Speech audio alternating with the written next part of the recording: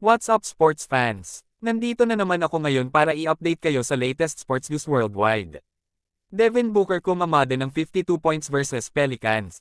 Pero bago yan, huwag kalimutan i-tick ang like button at mag-subscribe sa ating YouTube channel para palagi kayong updated sa mundo ng sports. Magsimula na tayo mga ka-SN. Devin Booker kumamada ng 52 points versus Pelicans.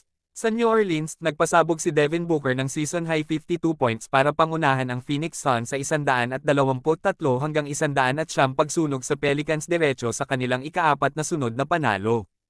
Ito ang ikalawang sunod na 50-point game ni Booker laban sa New Orleans, 25 hanggang 18, matapos noong ika-17 ng Desyembre taong 2022 at ang ika-6 na pagkakataon sa kanyang career para sa Phoenix, 23 hanggang 18.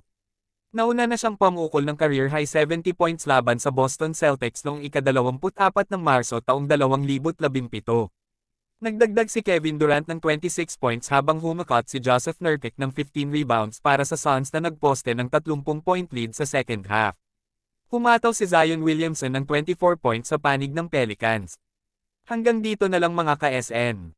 Huwag kalimutan mag-comment sa ibaba mga ka-SN kung kayo ay may gusto sabihin. Mag-subscribe na mga ka-SN at sisiguraduhin kung updated kayo sa mga fresh na balita pagdating sa sports worldwide araw-araw. Salamat at hintayin niyo ulit ang aking susunod na update pagdating sa daily sports news natin. God bless to all and keep safe.